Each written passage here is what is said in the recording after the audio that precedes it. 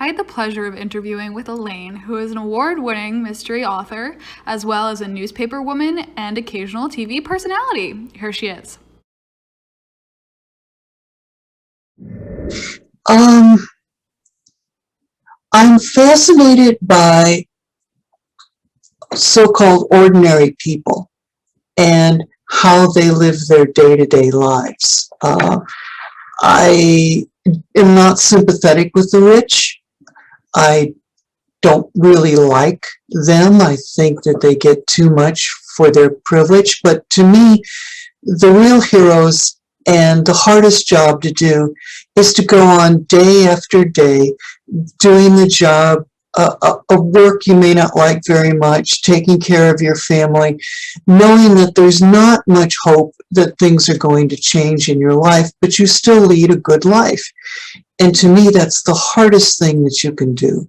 And, you know, a lot of my stories are about ordinary people, or they are ordinary people set against the power of the wealth. There's still a lot of work to be done. Yes, they are given a chance to shine. They still do not make equal money, and they still, in many cases, are not taken as seriously. I've written cozy mysteries, and many cozy writers, female, do not make what male mystery writers make. And their covers are cutesy. They look almost like children's covers. Sometimes that sells books, but sometimes they're just relegated to a spot in the genre, and it's hard to get out of. And I fought very hard to write more serious mysteries, and that's what I'm doing now. And I really like my covers with my publisher. This is the latest. And to me, that cover for Death Grip is equal to any cover that a man's book would have. But no, I belong to Sisters in Crime, and Sisters in Crime is a group of men and women who want equality for women writers. And it hasn't yet reached that. It's improving, but it's not there yet. Yes, my most recent release is called Death Grip, and it's an Angela Richmond death investigator mystery. And in this particular one, Angela finds a death investigator, by the way, is someone, it's a new profession. It started about 1978. And there was a shortage in St. Louis, of all things, for medical examiners to go out to the scene. So they created this profession where they trained people who are not doctors to act on behalf of the medical examiner's office. And that's what a death investigator does. They go out to the scene and they are in charge of the body. So Angela Richmond is the death investigator in my book, and she works out of Choteau County, which is a mythical county, very much based on the richer parts of St. Louis County. And in this particular book, a hiker in the woods has stumbled upon the body of a dead young woman. And the woman had disappeared about 8 months ago. And then they discover 3 more of these bodies in the same spot.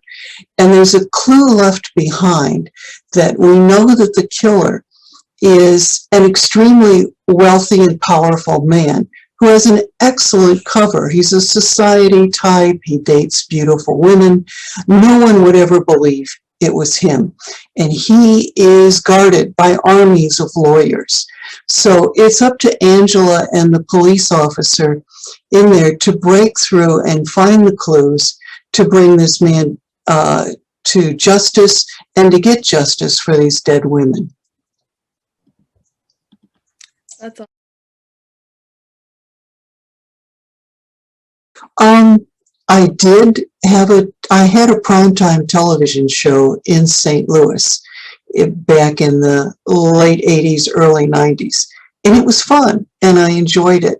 But television, it takes something out of you. I got tired of always examining myself when I was doing an interview to see if my hair was right and my clothes looked right. And it took away from the story. And I finally realized it was time to get out of TV when I found myself, there was an interview and I said, no, don't use that shot. I've got a double chin. And, that's ridiculous. It was time for me to get out. And also, TV is incredibly personal. People feel because you've been in their living room that they know you. And so my husband and I could not go out to dinner in St. Louis without someone coming up to me and going, hi, Elaine, I wanted to talk to you about your show on Tuesday night. And then they would sit down at the table.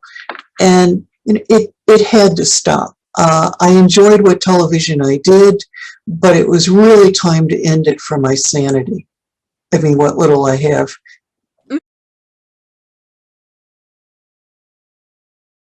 I was thrilled when Crippen Landru asked if they could do a collection of my short stories, which is called Deal with the Devil and 13 Short Stories. And because Crippen Landru has published some of the people that I consider the old gods of mystery writing. And to be in this company was just amazing for me. And I enjoy doing short stories. Short stories to me are ways to test things out. And many of them are based on things that happened to me and are sort of twisted. The title story of Deal with the Devil is about one time I went to a drive-in bank in Florida, so it's really, really hot. And I drive an 86 Jaguar, which is the second love of my life after my husband. And I'm in line, and there's a guy next to me, and he's got an 86 Mercedes. And he's a big fat guy, and he's bald, and he's smoking a cigar. And he looks over at me, and he says, nice car. And I said, thank you. And he says, what do you want for it? And I said, what? And he said, what do you want for your car? And I said, it's not for sale. And he said, you live around here? And I said, yeah. And he says, what about your house? And I said, that's not for sale either.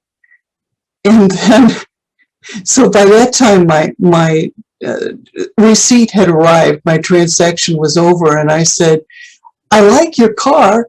And then he goes, you're nice too. And I drove out of there wondering what the heck I'd done. Mom says not to talk to strangers, and here's this guy trying to buy everything. And when I got home, I told my husband, and he said, well, you should have told him our house was $1 million, which, by the way, it's nowhere near that. But that incident stuck in my brain, and eventually it became a short story because the guy was driving a red car, a red convertible. The top was down. It was a hot day in Florida. So I figured he had to be the devil. And that became the basis of my short story.